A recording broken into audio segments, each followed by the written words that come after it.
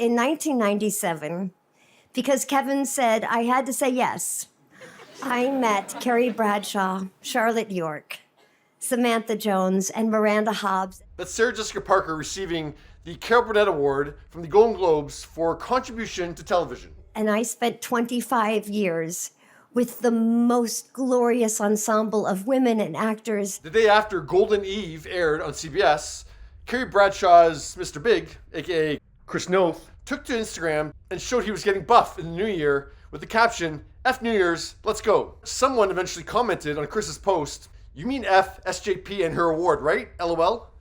And Chris responded, right. Well, that certainly caught a lot of people's attention and made some headlines. It was an off-the-cuff remark. I just go to my Instagram. I just addressed it there. My off-the-cuff, slightly sarcastic response to a comment on the internet seems to have caused a tempest in a teapot. It is not news. It is not worth all this discussion. It is a waste of time in a world where there are more important things to worry about. It's kind of stupid, really. It's a stupid off-the-cuff remark. And like I said in the post, a tempest in a teapot. Okay. See it. Everybody's wondering if you and Sarah Jessica Parker are friends or have parted ways, I think is what it is. We're not friends. No, I think that's pretty obvious. And yeah, it was pretty obvious to me what the reason would be for lack of affection for SJP. The statement that they put out, which was nothing more than brand management. So the statement that Chris would be referring to would be the one that Sarah Jessica, Cynthia Nixon, and Kristin Davis put out jointly in December 2021 after Chris was accused by 3 separate women of sexual assault.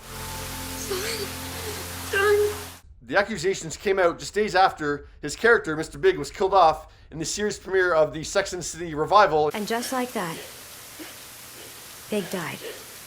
The trio of ladies' statement said, we're deeply saddened to hear the allegations against Chris Noth. We support the women who have come forward and shared their painful experiences. We know it must have been a difficult thing to do, and we commend them for it.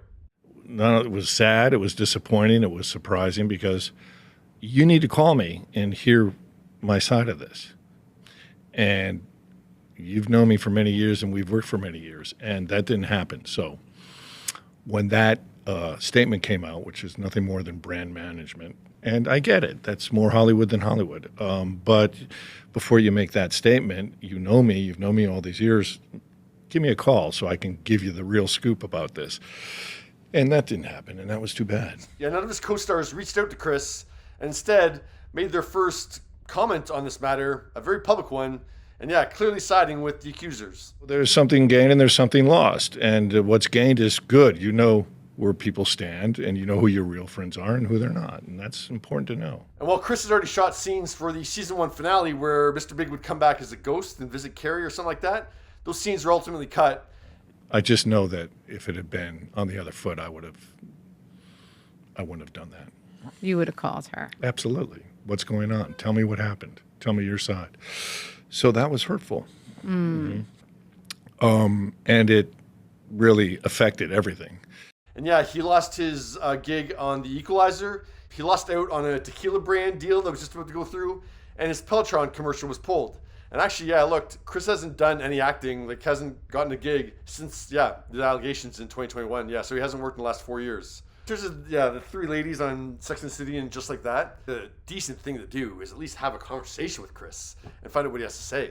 Even if you don't believe what he ends up having to say or whatever. But yeah, I think at the very least, hear him out, right? Before you make a public statement. Knowing that your statement is going to act like judge and jury and verdict on the allegations against Chris, because this wasn't going to be tried in a court of law.